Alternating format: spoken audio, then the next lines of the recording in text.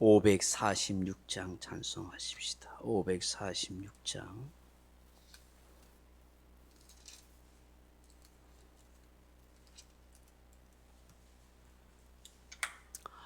찬송가 546장입니다.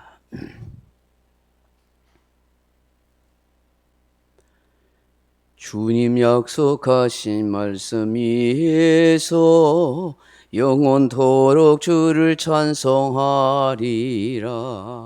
소리 높여 주께 영광 돌리며 약속 믿고 굳게 서리라. 굳게 서리 영원하신 말씀 위에 굳게 서리 굳게 서리 그 말씀 위에 굳게 서리라. 주님 약속하신 말씀 위에서 세상 염려 내게 엄습할 때에 용감하게 힘써 싸워 이기며 약속 믿고 굳게 서리라. 굳게 서리 영원하신 말씀 위에 굳게 서리 굳게 서리 그 말씀 위에 굳게 서리라. 주님 약속하신 말씀 위에서 영원하신 주의 사랑 힘입고 성령으로 힘써 싸워 이기며 약속 믿고 굳게 서리라. 굳게 서리 영원하신 말씀 위에 굳게 서리 굳게 서리 그 말씀 위에 굳게 서리라. 주님 약속하신 말씀 위에서 성령 인도하는 대로 행하며 주님 품에 항상 안식 얻으며 약속 믿고 굳게 서리라. 굳게 서리 영원하신 말씀 위에 굳게 서리 굳게 서리 그 말씀 위에 굳게 서리라. 아멘. 하나님 말씀 사도행전 2장 33절 말씀 같이 보겠습니다. 사도행전 2장 33절 말씀 같이 한번 읽어보겠습니다. 하나님이 오른손으로 예수를 높이심에 그가 약속하신 성령을 아버지께 받아서 너희가 보고 듣는 이것을 부어주셨느니라. 아멘. 사랑하는 성도 여러분, 1965년 강원도 황제 산골짜기에 예수원을 설립하여 한국 그리스도인들에게 지대한 영향을 미치다가 하나님의 부르심을 받은 대천덕 성공의 신부님이 계십니다. 그의 자서전 개척자의 길에서 믿음을 모험이라 그렇게 말하고 있습니다. 한 인간이 자기 중심의 세계를 자기 중심으로 살아오던 세계를 탈피하여 하나님의 중심으로 새로운 세계로 진입한다 하는 의미에서 욕망의 노예에 있던 삶을 던져버리고 진리를 위해서 자신을 내던진다 하는 의미에서 신앙은 모험이다 하는 것입니다. 말도 잘 통하지 않는 낯선 땅에, 그것도 오지의 산골짜기에 기독교 정신을 실천하기 위해서 그렇게 수양기관인 예수원을 설립한다는 건 아무나 할 수 있는 것 아니지 않습니까?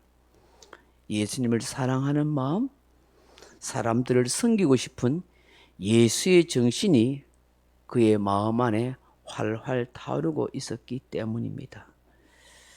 모든 욕망과 높아질 수 있는 환경을 뒤로 한 채 낮고 낮은 강원도 산골짜기에 많은 사람을 옳은 길로 인도하고 복음으로 세워가고 사람을 섬기기 위하여 그렇게 예수원을 설립했습니다.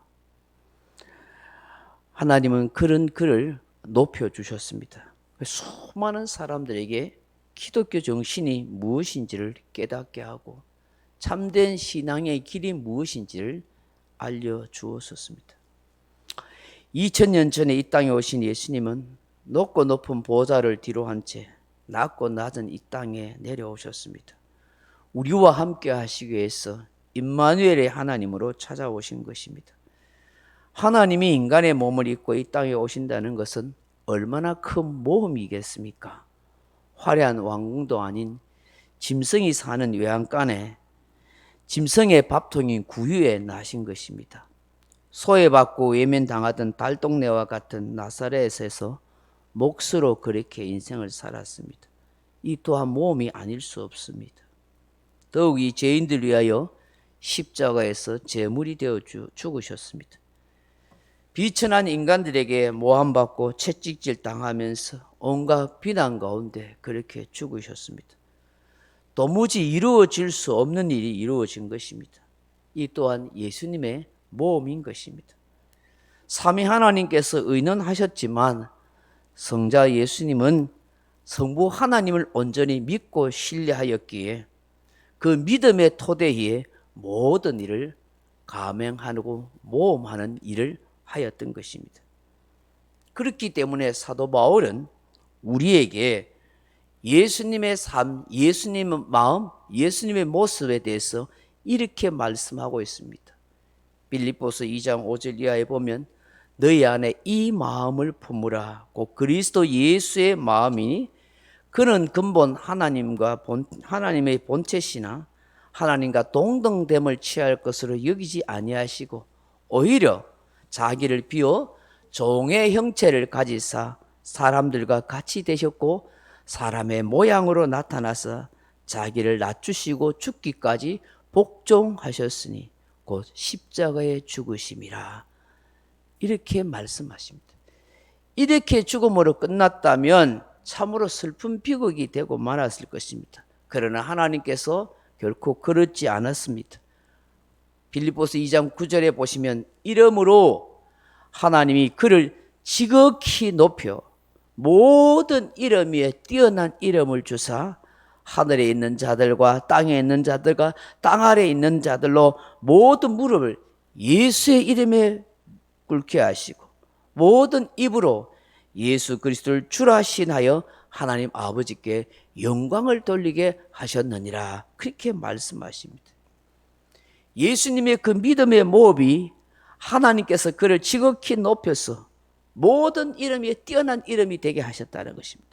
우주 만물과 모든 존재하는 것들이 예수님 앞에 무릎 꿇게 만들어 보시고 모든 입으로 예수를 주라 신하고 고백하게 만들어 주셨습니다.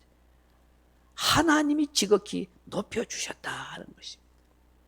오늘 본문에서도 하나님께서 예수님을 그의 오른손으로 높이시매라고 그렇게 말씀합니다. 높이시매. 히브리인들에게 있어서 오른손은 단순한 의미가 아닙니다. 오른손은 권능과 능력과 힘을 상징하는 말입니다. 그래서 히브리인들은 무엇이든지 다 오른손으로 합니다. 물건을 나눌 때도 음식을 줄 때도 서로 주고받을 때도 오른손으로만 주고받습니다. 오른손이 정결함과 권능과 능력을 상징하고 의미하는 것이 되기 때문입니다. 하나님께서 보정하셔서 권능과 능력과 그 힘의 오른손으로 하나님을 높이셨다. 사람이 스스로 높아서가 아닙니다. 하나님이 높여 주셔야 된다 하는 것입니다. 우리 또한 마찬가지입니다. 하나님이 나를 높여 주셔야 해요. 내가 높아지려고, 내가 남들에게 인정받으려고, 내가 칭찬받으려고 발버둥 쳐서가 아니에요. 하나님이 인정하시고 하나님이 칭찬하시고 하나님이 높여주시는 그런 믿음의 사람이 되어야 할 줄로 믿습니다. 사람에게는 사람에게도 칭찬받고 인정받으면 더 좋겠지요. 그런데 생각해 보세요. 사람에게는 인정받고 칭찬받아도 하나님께 인정받지 못하고 칭찬받지 못하면 그건 무슨 의미가 있습니까? 말짱 도루묵입니다. 그 영광과 축복과 그 면류관 받지 못합니다. 그런데 그럴 수도 있다는 사실이에요. 사람에게는 인정받지 못하고 알아주지 않고 칭찬받지 못해도 하나님 앞에 귀한 종이라고 칭찬과 인정과 영광을 받을 수가 있습니다. 그 너무너무 귀한 일입니다. 성경은 둘 다 하나님과 사람 앞에 다 인정받고 칭찬받고 영광받아라 그렇게 말씀하지 않습니다. 조심하라 합니다. 사람에게 인정받고 칭찬받는 거 조심하라 합니다. 왜요? 인간은요 까딱 잘못하면 교만해지기 쉽기 때문에, 까딱 잘못하면 거만해지고 시험에 들고 넘어지기 쉽기 때문입니다. 그래서 사람 칭찬 많이 받고 인정해 주는 거, 그거의 달콤함에 넘어가면 위험해질 수 있는 거예요. 그래서 칭찬 받을수록 인정받을수록 두려워해야 돼요. 사람에게 조심해야 됩니다.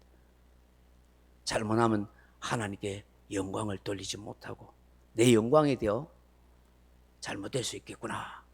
그럴수록 더욱더 자기를 낮춰야 되는 것이죠. 그렇기 때문에 때로는 사람에게 인정받지 못하고 칭찬받지 못하는 것 때문에 마음 상해야 할 이유도 없는 거예요. 하나님이 나를 알아주시면 된다. 하나님이 내 중심을 아시지 않은가? 내 믿음을 아시지 않은가? 내 충성을 아시지 않은가? 그렇게 생각하면 되는 거예요. 하나님의 큰 은혜를 받았던 한나가 영감을 받아서 이렇게 노래하고 있어요. 사무엘상 2장 6절 이하에 보면 여호와는 죽이기도 하며 살리기도 하시고 스올에 내리기도 하고 거기에서 올리시기도 하시도다. 여호와는 가난하게도 하시고 부하게도 하시며 낮추시기도 하고 높이시기도 하시노도다. 죽고 사는 거, 잘 되는 거, 못 되는 거, 가난하게 되고 부유하게 되는 거, 높아지고 낮아지는 거 전부 누구에 의해 된다고요? 하나님에 의해 돼서. 하나님. 나는 인정받으려고 사람에게 칭찬받으려고 안 하는데 하나님이 사람을 통해서라도 높여지면 높아지는 거예요. 높여주시면 높여주시는 거예요. 인정받으면 인정받게 되는 거예요. 칭찬받으면 칭찬받게 되는 거예요. 가난하고 부유하게 되는 것 다 인간의 노력만으로 되는 거 아니에요. 운명에 의해서 재수가 좋아서가 아니에요. 하나님의 손에 있다는 것입니다. 하나님이 나를 높여주시려고 한다면 그 무엇보다도 하나님을 잘 경외하고 하나님의 뜻대로 살려고 해야 해요. 그래야 하나님이 높여주시는 거예요. 하나님을 잘 경외하지 않는데 어떻게 하나님이 높여줍니까? 하나님을 잘 경외하고 그 뜻대로 살려고 하고 충성을 다하려는 마음을 가지고 있어야 돼요. 그리고 마음이 낮아져야 해요. 야고보서 4장 10절에 주 앞에서 낮추라. 그리하면 주께서 너희를 높이시리라. 그렇게 말씀해요.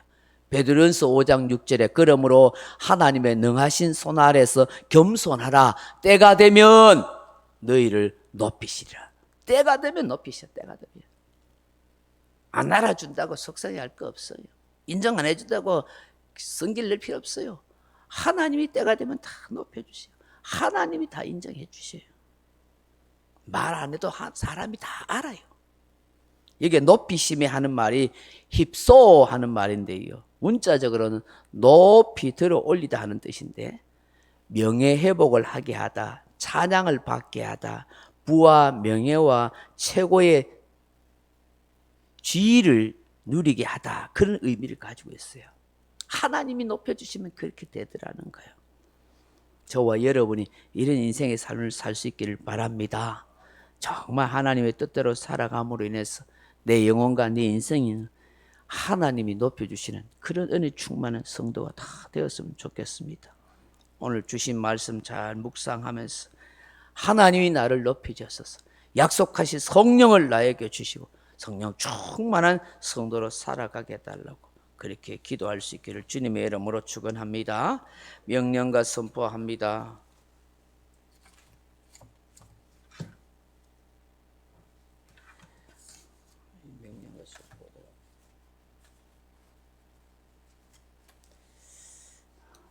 안 보이네. 각자 기도하시다가 돌아가시기 바랍니다. 명령과 선포가 안 보이네. 치 아픈가 보다. 아, 여기 있네.